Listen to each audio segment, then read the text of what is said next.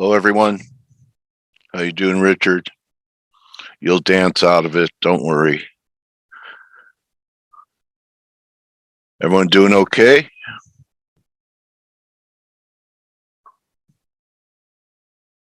Ryan in the house? Can you guys hear me? How you doing? You're we can hear you. Good morning. Hey, Stel. How are you, man? I'm very good. Thank you, man. Okay, so we're getting a little bounce in the silver. Put in a higher low yesterday. And I still think there's a shot for, a rally back above the 23 handle. Gold acting okay too. Maybe we're going to try 1810. Tough to want to be short precious metals with what's happening on the Ukrainian border, don't you guys think? So still think euro hasn't bottomed yet. It's not giving up a lot, but sure looks like we could have one more shot down. Okay, I started converting some dollars into euro for myself, knowing that it could go to 110. No leverage, but starting to do it. And nice rebound in crude, and what can you say? S&P's, I think we're about we're 61.8 back in a few days. I don't have the fibs drawn on NASDAQ, but it's a little weaker. So if you're gutsy and you're bearish and you thought you missed everything, probably not a bad area to attempt shorts. Use good money management. You probably don't want to be short if we take out 16.440 up here. And I don't know what else is there. The yen, still, I think it's taken too long to get out of here. So, maybe we just have to flush it once. I know Peter Goodburn's looking for 1220 before a final surge. So if we get down here, I'm going to be paying attention to if it's just a stop hunt and they're just trying to take out the stops under these lows here. We had 3 tests of this major line. So that almost looks like a short to me up here in the end. Kind of weak. So what else? Canada finally, giving up the ghost. Stopped at 78.6 here. So I don't think crude is done. It may be enough, but this was a very nice 3 drive, wasn't it? 1, 2, 3, abracadabra. I think that this measures, say, 62 to 68, 74-ish. Okay, so, that might be a good area. USD CAD, Richard. Yeah. And VIX is coming off pretty good. So I think there are a few turnaround Tuesday candidates. I think you could try the yen with a tight stop up here. Maybe over here. Risk 50 and see if we're going to take out the lows. What is Ryan here today? Yeah, morning, Dale. You all right? Yeah, I'm okay. Good. I actually feel pretty good for 5 a.m. on a Tuesday. Yeah, good. You got 4 more days to go. Yeah, waiting for the roosters to crow. I have to go wake up the rooster. Hey, man, get up, you bum. Switch it off with a shotgun. Yeah.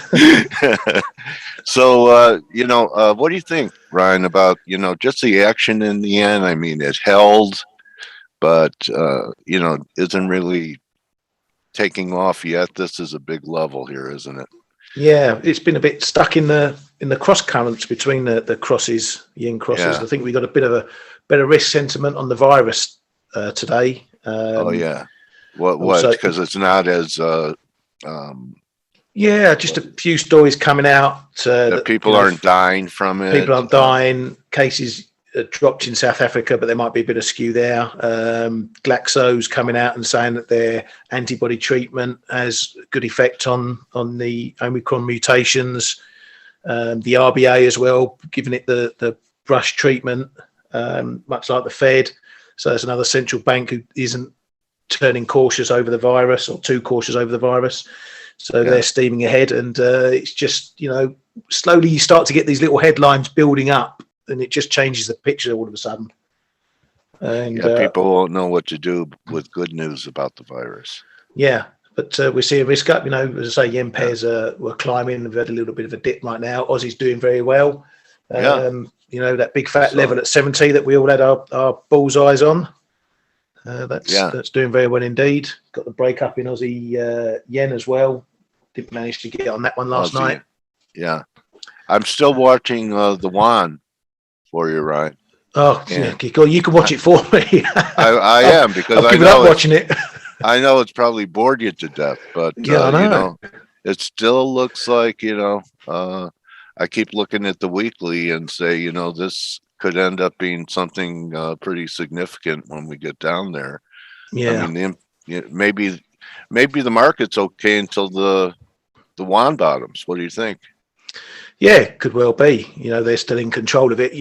It was weird because they cut the reserve requirement again yesterday, wasn't it? And it was expected, but we saw a little pop in the Aussie, and CNH did nothing, absolutely nothing.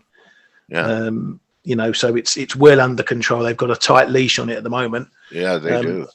I feel like I might be hanging in a bit with my fingernails, looking at the price action, because it's not bouncing at all, not even getting a sniff close to 640 or above.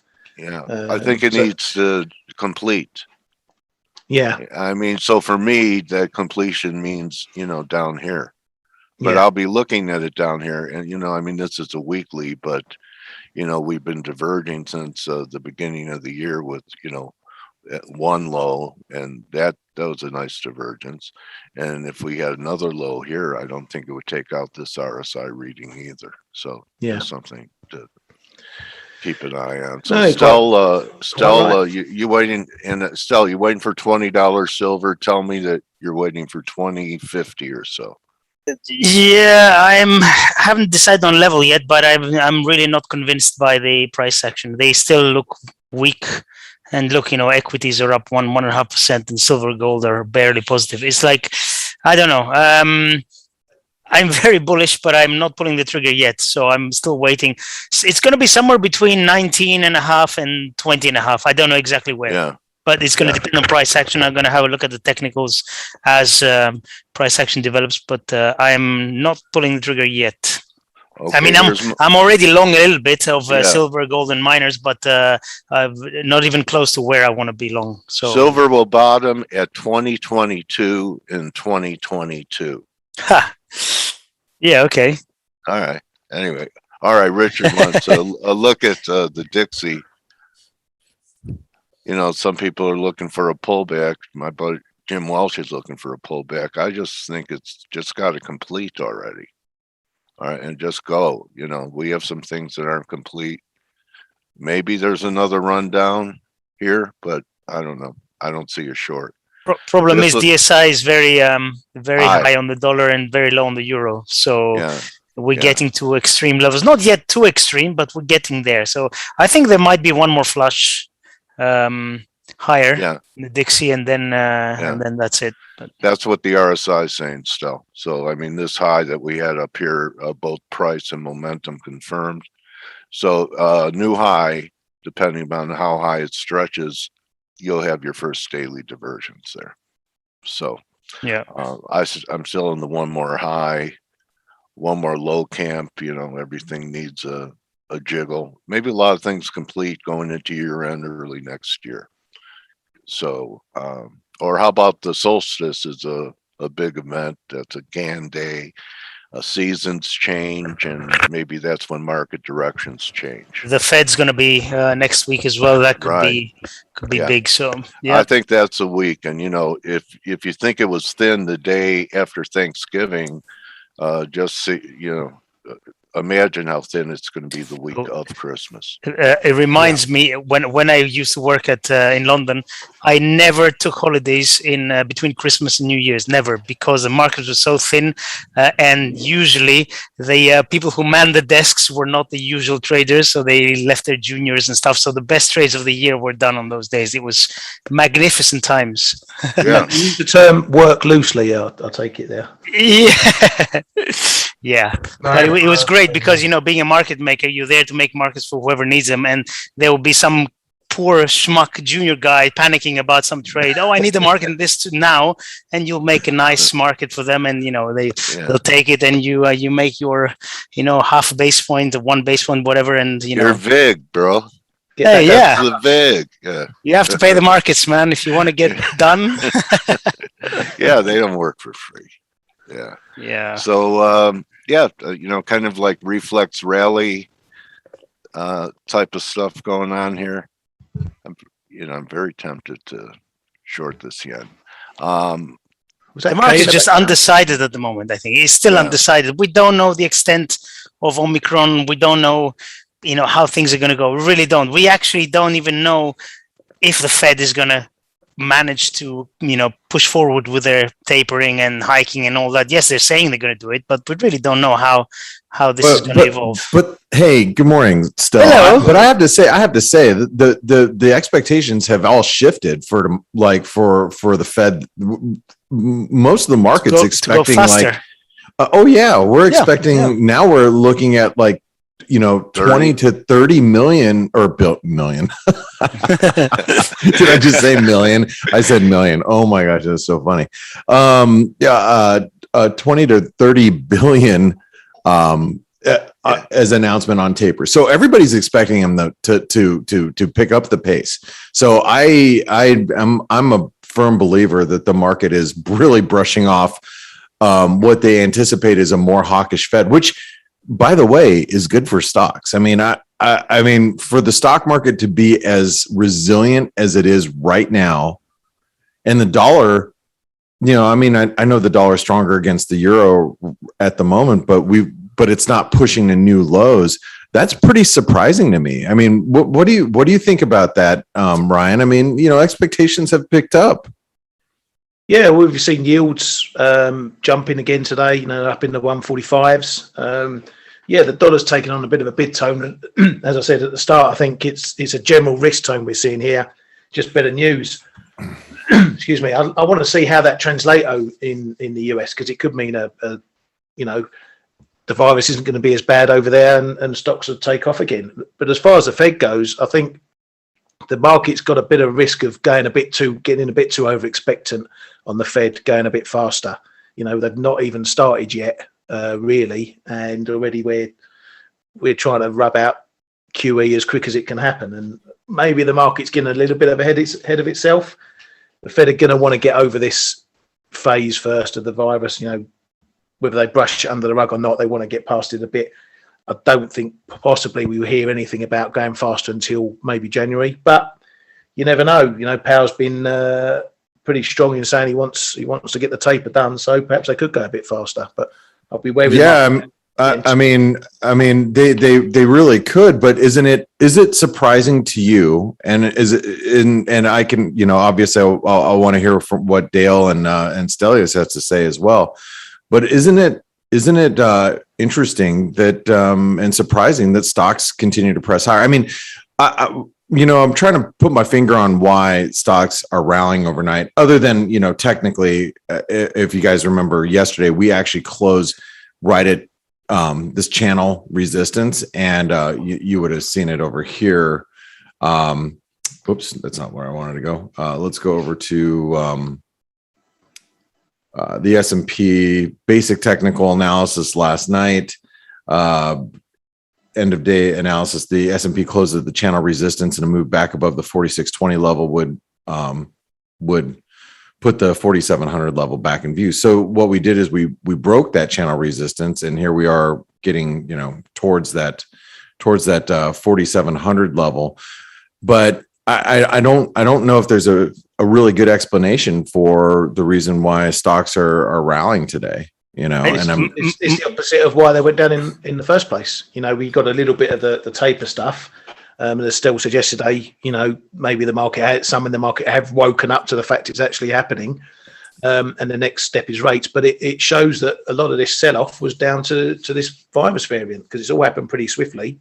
And now they're changing, back up we go. And it's as I say, you know, you can take the monetary policy side and QE and everything into the stock mix. But at the end of the day, is the economy doing well? That's what the market wants to know at the end of the day. Is the market doing well? Yes, it's doing well. Okay, there's a bit of a jobs miss, but everything else is flowing. Everything else is continuing. The question is, sorry to interrupt. The question is, will the economy do well when things start to tighten?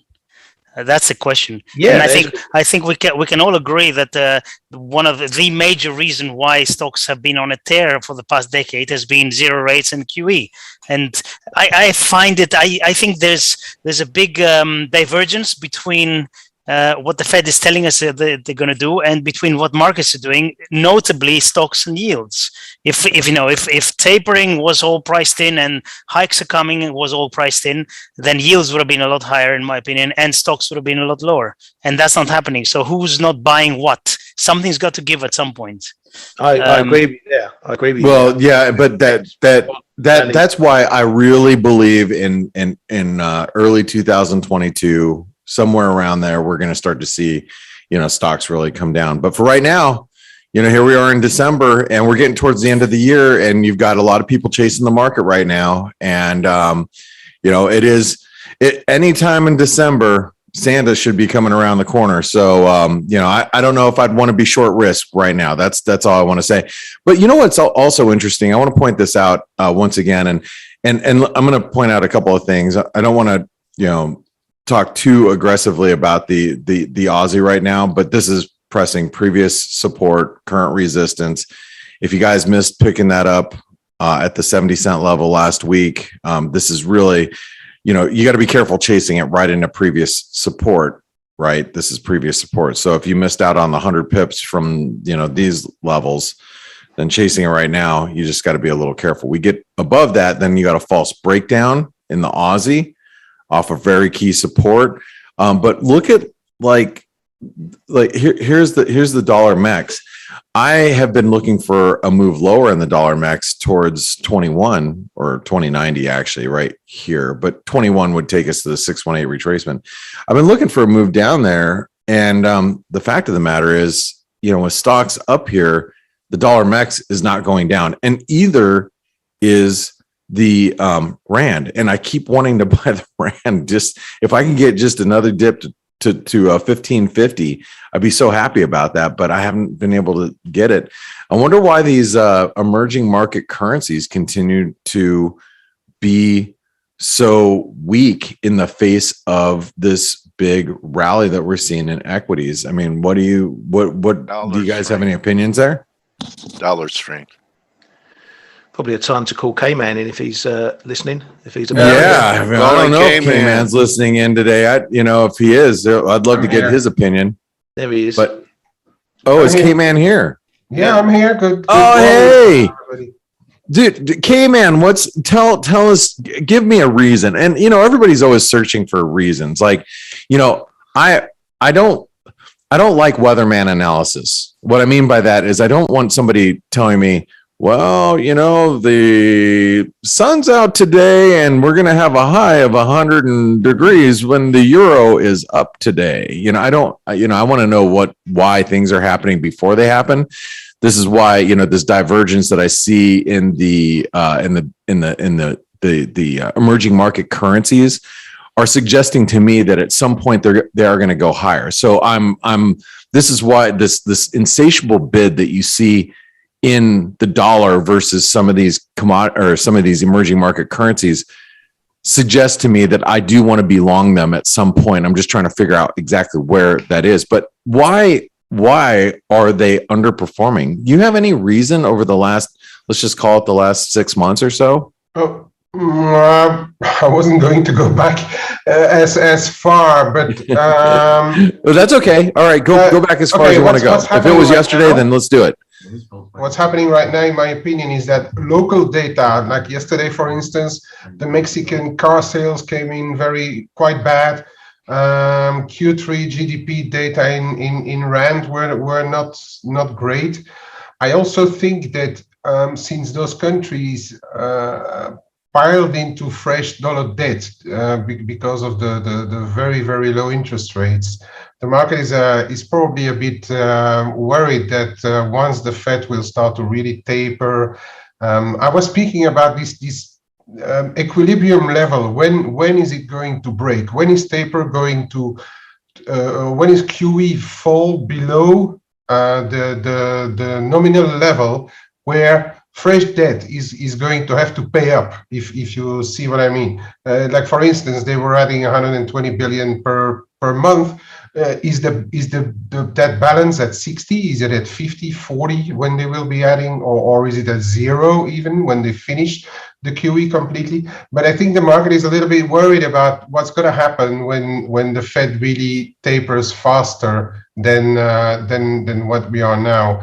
And I reckon, and that's really the risk. EM up for now. And that's really the risk right now, right? The Fed is. The risk is the Fed's going to pick up the pace of tapering. We are going to be well above 20 billion a month and probably closer to 30 billion, and wrap this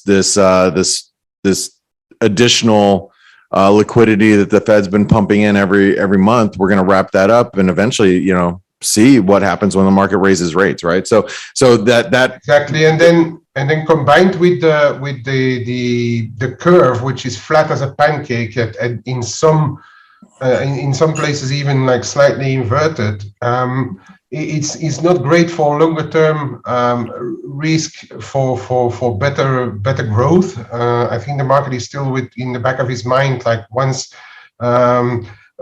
we are through all this, growth is going to come back down, inflation is going to come back down, and that's traditionally a combination which is not great for emerging markets, right? If you put everything together.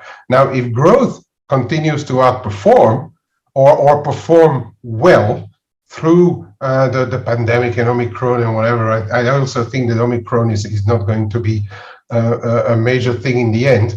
But then actually that should work in favor of the EM, because EM currencies need world growth, right? Global growth. Yeah. If growth comes off, EM is going to suffer. And I think that's what the market is somewhere worried about right now, and that's why we don't see emerging markets gain too much ground. That makes a lot of sense, and I'm in the camp that, and I have to agree with you as far as the tapering faster. One of the things that I think the market's going to find out is that we're going to see the rate expectations jump a lot faster, probably due to persistently high inflation. There was some comments out from Goldman CEO this morning or overnight about they feel that inflation is going to continue to be persistently high too, and those types of fears I think will keep the Fed hawkish, and it's going to keep other central banks hawkish as well. So thanks for your input, Kman. Do appreciate it. Speaking of Kman, since he is like a resident yen expert right now.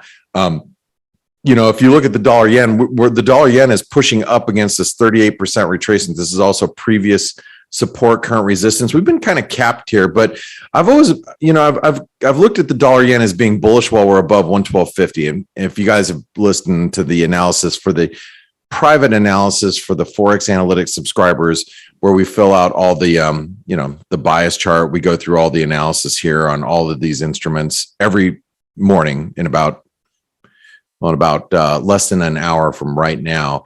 Everybody knows that, I'm bullish the dollar yen while we're above 112.50. I think that was a big breakout point, and any dip towards 112.50 has been holding. Although that we are finding resistance at the 38% retracement, which is 113.70, which is also previous support. Boy, if we can clear that today, you can see probably a move back up towards 114.50. So, what do you think of that, Kman? I know you follow the yen pretty closely. Yeah, I think it's going to go back up. If Fed confirms the taper, I also think we held well in the mid 112s where we were looking at it. It held well. I'm long a call option. 113.30, just beyond the Fed meeting. I've been trading it around. I need around, what is it, 113.90-ish now, or 113.85.90, which is quite nice. That would mean the break of the 113.70, and then I also think we have a chance to go back up to 114.40 at least. If not, the old highs again, 115.5 is going to be massive, as we've seen earlier. But I do think it's holding well in the mid 112s, and I think we're going back up if the Fed tapers enough. Great. All right. Well, thank you, Kman, for your views and your thoughts, and I do appreciate it. So, let's turn our attention really quick to precious metals. I was just looking at gold, and it's getting its butt slapped right now, just right at this very second in time. I'm not really too sure why, other than it's feeling a little naughty by getting its butt slapped. But you can see this is a little sell-off that we see intraday. I'm not sure what to make of it, but the euro is hitting new lows. The euro just took out stops below the 112.50 level. We've seen the dollar yen, spike up. Actually, the dollar's spiking up against almost everything, even the beleaguered dollar Canadian. The dollar Canadian has been weak continuously. We've been looking for this breakdown of this channel, and it broke, and it's like been a waterfall move since overnight. As we broke that channel, and this is a wedge, and shoot, I don't know what's going to stop the dollar CAD here, but I think one of the reasons why the Canadian's recovering is maybe the move higher in crude oil. So just real quick, Dale, Stelios, Ryan, any other thoughts or ideas, opinions as we go into the North American Open here, and before Dale takes over with his interview? Just on the CAD, I think this is a move I saw coming a few days ago. I was looking to hopefully get in some shorts into 129, 130. Fairly big area up there. We got a lot of tech confluence. I thought that's like the hugest level of resistance up there, right? I mean, that's the spike highs, and yeah. I was hoping I was long up until yesterday. And I was looking for this proper break of sort of 128, 40, 50, but it never came. I got stopped on my trailer yesterday. I'm regretting a bit not being short now, but I was looking to get in around that 129s, 130s, and just for this very matter that if the virus proves to not to be anything significant, we're going to see oil bouncing, we're going to see risk bouncing, and with the BOC coming Wednesday, probably another central bank to brush the virus under the rug. We could see some further downside on this, and it could be down to 125 pretty swiftly. Well, it does look like there's some support coming into play down here. We're the 38% retracement of this entire move, and I'll tell you what, I really played it pretty well off these lows. This is we were looking at it as a rounded bottom, and I think that this is pretty significant, meaning that I don't think we're going to retest that on this next leg lower. So the dollar Canadian, did you just say 125? Yeah, I think, if we get a decent bullish BOC, hawkish BOC, then we could be 125 pretty quickly. Yeah, I don't disagree. I think that these moves down here, it's 126, sub 126 to 125 is very doable in this case. But you can see the 38% retracement comes in at 126.40, 125 right around 125 is the 618 retracement. So I think that is all, quite possible as a target downside. And you notice how Ryan said this, and this is important for you guys at home. It's important to understand that, a lot of this hinges on central banks. Most everything that we do hinges on central banks' ideas of, or how hawkish or how dovish, how expectations change. The great news is about what we're doing right now in currencies is they are moving. We are seeing volatility, and we are seeing volatility because, central banks are finally coming off the zero bound. What the market considers is zero for each individual central bank. We are now coming off that. It was Stelios. I don't know if Stelios remembers this because this is before we even started ForexAnalytix. What's that? Steve would remember, and Steve's not here right at this moment in time, but Steve, who listened to my webinars back in when I was with MB Trading and Ally Financial, I used to do the Morning Edge every day. I talked about 6-7 years ago. I'm like, look, every central bank is going to come down to zero. They're going to bring rates as close to zero as they possibly can. And I don't know if we talked about that also when we first started these F.A.C.E webinars 5 years ago, but central banks did, and it killed volatility. It killed currency market volatility. I was scared of that happening. It happened. But now the good news is, good news for trading currencies, at least, we are starting to see volatility because expectations are what really fuel moves in the currency market. So by seeing, central banks, move off the zero bound, you have expectation shifting from traders and institutions globally. That's creating volatility in the currency market. There's no better place to be, in my opinion, in 2022 than in the currency market. You're going to see a lot of activity there. So, no better place to be involved in the currency market than ForexAnalytix. So this is our chat room. You want to see just from this morning, from when I got up, and this is a slow morning. I got up somewhere around here, and we started chatting, and you can see all the activity. This is just the general chat room. That's one of 5 chat rooms that we have right now. So come join us. Jump in. It's $1 for 10 days. $1 for 10 days, and that gives you our premium. And then I'm going to give you guys a little heads up. The light version that you see right here, prices are probably going to be changing at the beginning of the year, and so the prices that you see here, you might want to take advantage of them if you can. That's just a little heads up from corporate. I'm just kidding. So, Dale, yes, it's all yours, buddy. All right. Thank you, team. Thanks, Stel, everybody. Ryan, Kman. Great to hear your perspectives. Blake, thank you, guys. Thanks, guys. Thank you. Larry Tentarelli, welcome back to F.A.C.E, my trading warrior brother. Waiting to hear you, Larry. It's been a while, but I can predict what your view is. Are you around, Larry? I'm asking you to unmute.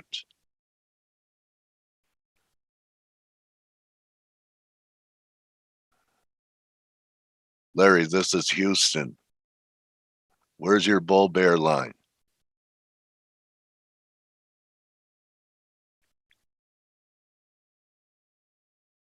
I think there's a mute sign. That's Blake's muted. Larry? Blake, is it possible that you have, I see your name up here and you're muted. Let me see if I could unmute. Unmute, Larry. There you go, buddy.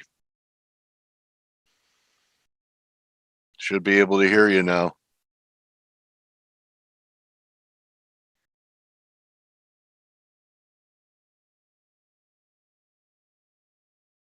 You're unmuted. Dale, can you hear me? Can you hear me now? Yeah, There he is. yeah, Blake, you have something blocked. Hold on. How about now? You're good, Larry. Okay, sorry about that. I need to, I was trying to get this thing dialed in, but we're here, and I apologize for that. Oh, that's okay, Larry. Great to have you back. Great to be back. Thank you. Okay, so why don't you share your bullish screen? Okay. Well, I'm not necessarily bullish, but I'm long. Let's put it All that right, way. okay. Yeah. All right. So that's a change in tone. Yeah. Well, you know what? I don't. Since I've tend to been get- interviewing you. I don't tend to get bullish or bearish. I just, tend to focus more on my positions because I found out. But here's what I saw yesterday in Triple Q. All right. You need to click the green button, Larry, to get your screen up here. All right, hold on. Let's get this thing going here. Share screen. You're a veteran. Share screen. Maybe the rotation's too long. How are we doing now? We got the cues up. I'm definitely not going to be hired as your IT director. I can tell you that. Yeah, but you've been long and right since I've been talking to you. And one thing I like is you always had some kind of line in the sand with the S&Ps. Yeah. And I saw a few times where it almost got to the line, but didn't take it out. Didn't hit it. So I knew it kept you long. Yep. I'm wondering where the line is now. Well, I'm going to get to the S&P in a second, but I want to start with Triple Q, and I'll tell you why. What I saw yesterday in Triple Q was a pretty strong reversal. So Triple Q opened yesterday, and you can see my charts, right? Yes. So it opened yesterday down 1%, and there was a pretty early flush, as you remember, in the first half an hour or so, and then they reversed it higher into the close, which was a bullish reversal. But I'll tell you what stood out to me the most. And this is an ETF, ARK-K, that I've got no interest in whatsoever. It's in a pretty big downtrend, and I avoid downtrends. But what I did see yesterday, if we take a look at this ARK-K chart, this ETF opened down 4.8% yesterday morning. Down 4.8%. It reversed and closed higher, plus 1.5%. So it was a 6.3% intraday reversal. And if you take a look at the volume, it was the highest. It was huge volume. And what I saw is a lot of stocks that I'm not in, okay, because I'm holding the uptrends. But I saw stocks like Affirm, that's been hit pretty hard, but they took that stock down to 96 and closed it at 110. So what's that? A 15% reversal intraday. So yesterday's lows are very critical. What I think that we saw yesterday in the near term is I think that we saw capitulation yesterday. So on the Triple Q, all that Triple Q did was just a very simple 50% technical retracement. So if we take 350 to 408, right, that's 58 points. 379 is a 50% retracement of that entire move. And that's where it hit on Friday, 378 and change. It's 393. So listen, I'm still long tech.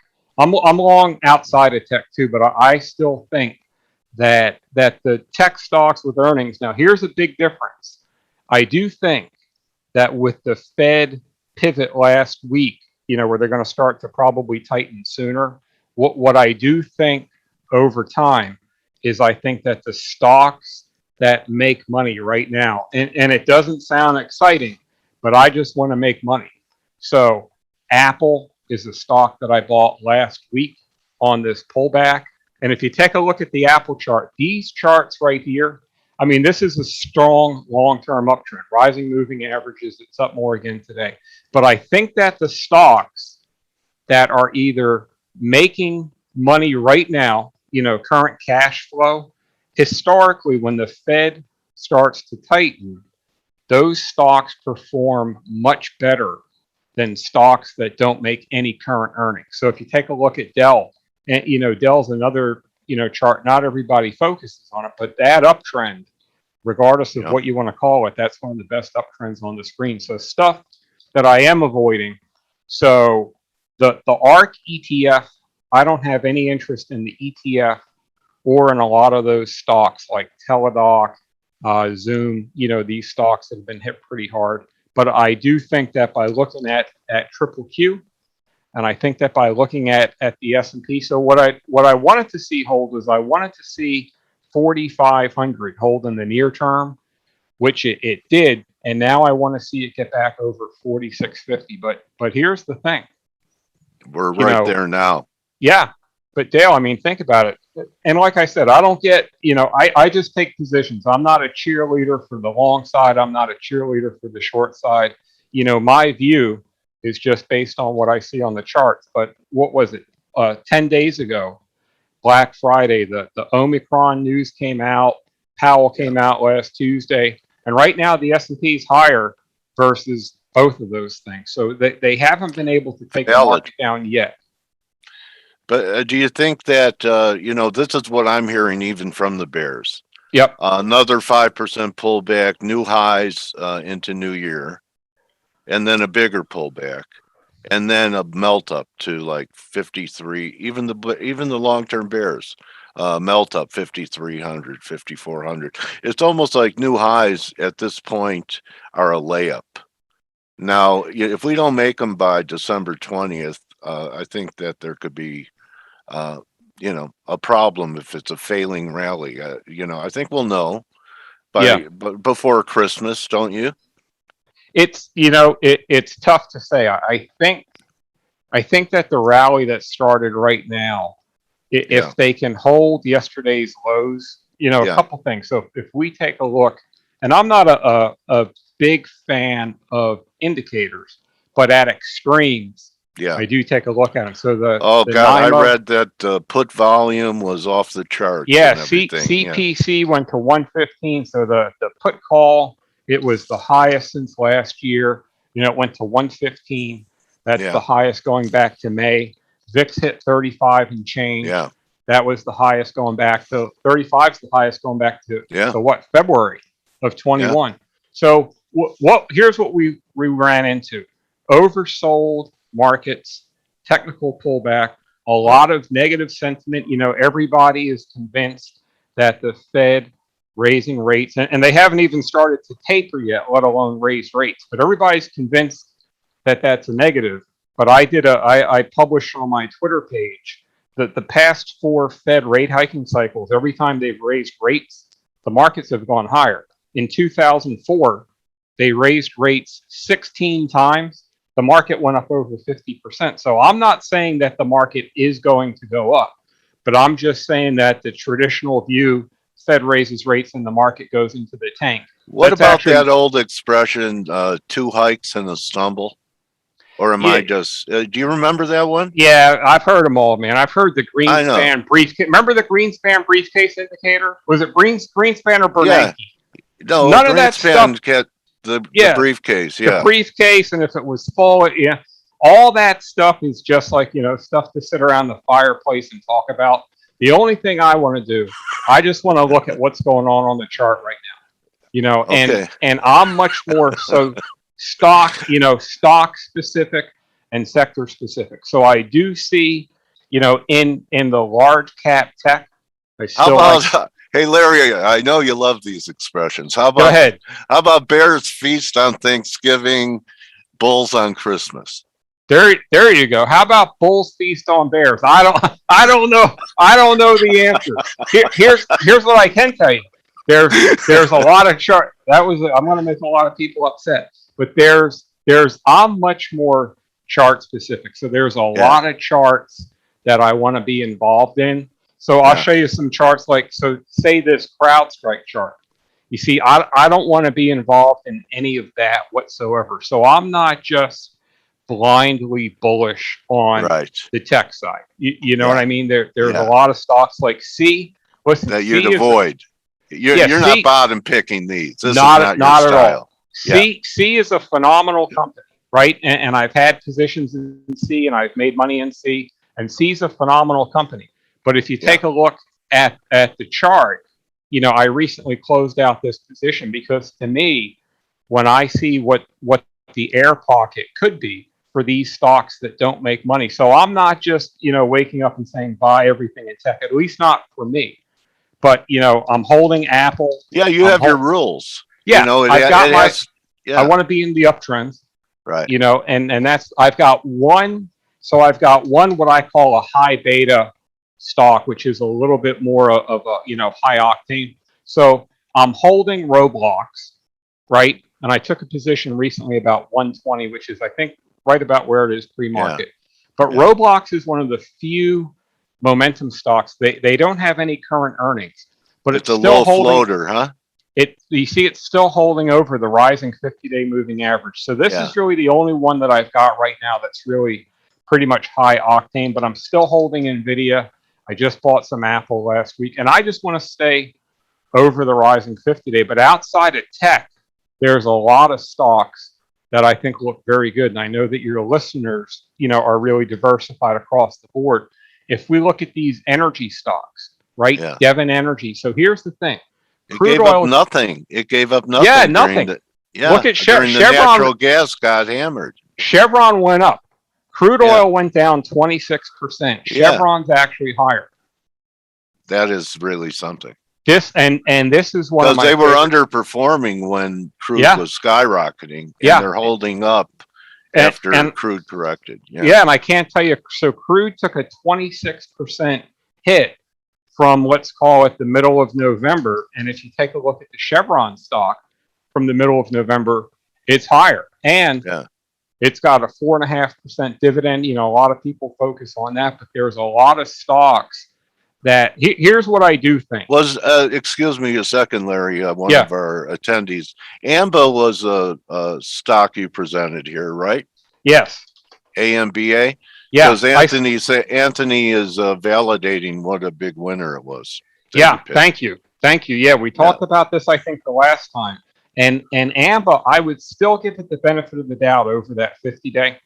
So really what my time frame is over the rising 50-day moving average. I'm going to tend to give it the benefit of the doubt to the long side. Were you tempted on that gap up? I'm assuming it was earnings. No. To sell. Well, I didn't have. So I don't have a position in AMBA. Oh, okay. So I don't own them all, but I'll often present, whatever I think are our best ideas. Oh, I generally hold about 15 positions at a time. But that's your mental max. Yeah, that's about what I can really, stay focused on. Well, that's about 13 better than me. Yeah. After two different. Yeah, and anyway, different time frames, but no, Ambarella was a real big winner on the website. I think AMD made about a 50% retracement. So if we call it 100 to 164, it retraced about half of it. So these are the stocks right here that I'm looking at. So I did some buying last week on Thursday. I made some test buys. I bought Apple and I bought Pfizer. And what I do think is I do think that the market, if the Fed starts to tighten, and they will, I do think the market is going to start to pay more attention to, valuations. Yeah. So, some of these cloud stocks, and I had Snowflake and I booked my gains in it. But, this stock, if you see, it pulled back like 25%, once there are, I don't know, 80 or 90 times sales and no earnings. And historically, when the Fed starts to tighten, these stocks with no current earnings come under some pressure. So in tech, how about all the EV stocks that have been saying they're going to be the next Tesla, and they haven't even made an EV yet. Yeah, so I'm holding Tesla. I think that the other two. So I had Lucid was on our buy list for about 8 or 10 weeks. Yeah. I haven't done anything with Rivian. I'm not a big fan personally of stocks with no revenues whatsoever. So I think that, those are just pure technical trades, but I haven't put Lucid back on the buy list in a couple of weeks, and I'm not sure, if I will. Okay. All right. You seen anything? Let me ask you this, Larry. The dollar's been real strong this year. Very if strong. The dollar weakened, would it point your eye towards anything different in the market if the dollar shifted trends from, what started becoming debased again and weakening? I wouldn't look so much at the dollars. I would just look to see what the charts are doing. So I don't, the dollar is very strong right now, but I haven't really seen any correlation because the dollar's strong, but the energy stocks, they're near the highs. I haven't either. I mean, they said a year ago a strong dollar would crater the market, but the dollar's been strong all year, and the market did fine. You know what it is, Dale? I think in the past 18 months, we've all had to rethink what we used to think. A lot of the rules or the general guidelines, and QE obviously has had a big effect. But, you know, when I look at the gold miners, you know, and I know you've got a lot of members that look at the gold miners, you know, I posted this AU chart this weekend for the members. And this to me is very bullish. So it came over the 200-day. The 200-day is starting to flatten out, the 50 and the 20-day. So, you know, the GDX chart is very difficult, but AU is setting up well. GFI has been very Goldfields, strong. I know that's been holding up pretty good. I mean, you know, look at where it is. And then if you take a look at GDX, so that's why even though GDX hasn't been able to really get going, you know, I dial more into these single stocks, and the GFI chart is set up very well. Yeah, it really has. Yeah. Yeah. And then, you know, you look for relative strength leaders. Absolutely. First, you look for relative strength in sectors, and then you go to the relative strength in the sector. Right. Right. Yeah. And look at healthcare. AbbVie starting to break out. Abbott, ABT, that's starting to break out. Pfizer, I just took some Pfizer. Now, Pfizer is going to be volatile, you know, based on the travel news. So if travel news is good, Pfizer pulls back. But this whole healthcare sector, I think that's a sector that people need to have an eye on, because these charts are starting to break out here. Okay. Home builders, give you one more. All right. Lennar, that made a new high last week. ITB, that's starting to break out, and look at the volume that's coming over. So ITB, so when the markets got hit pretty hard last week, ITB was up, I think, 2 or 2.5% last week. Because yields dropped. DR Horton, could be DR Horton. And then if you take a look, Sherwin-Williams. So this whole home construction and home improvement group. So you know what I do, Dale? I don't pay attention to, you know, top calls and bottom calls and this, that, and the other thing. I just look at the charts, and the charts that are strong, that's where I want to focus. And when charts start to break down, then I get out of the way. Mr. Price Action, Larry Tentarelli. You like that? Mr. Price Action. I like that. That's very nice of you. You know, because that's, you know, that's it. That's the holy grail. People search for it, and you know, you have the discipline to just stick to it and keep the blinders on and earplugs on for all Dale, the noise out there. In 2018, you probably remember in Q4, I was max short, triple Q, crude oil, NVIDIA. You know, I went to cash in late February. So I don't get anchored. I'm not a perma bull, you know, at all. But as long as the charts, you know, when I look at these 20 charts that you and I just took a look at, as long as these charts continue to now, triple Q came under a little bit of a pullback, but guess what?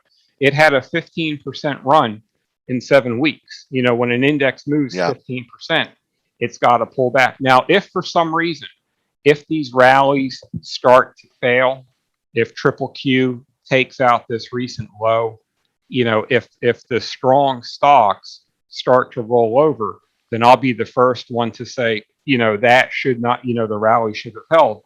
And I move, you know, I move quickly. I've got extra cash.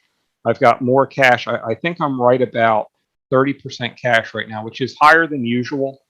But, you know, I took a lot of profits. In November, I sold a firm and I sold Snowflake, and I took some money in these stocks. And put Apple up there again before you go. That's I a just chart. want to show you something. Yeah. You know, I know you won't pay attention to it, but it's a formation that I've taught for years. I learned it in the 70s from J.R. Hill. It's called the 3 drive to a top formation. And, you know, I pair it with RSI, but Apple has 2 right now. You see that the first one at 65 and the one at 70, and a new high at, say, 75 will complete the formation. So that's all I'm saying, that it could be completing up there. I've got you. And we never know, you know, what can happen. You know, when I take a look at the Apple weekly chart, it shows me it's really just starting to break out of this longer term base.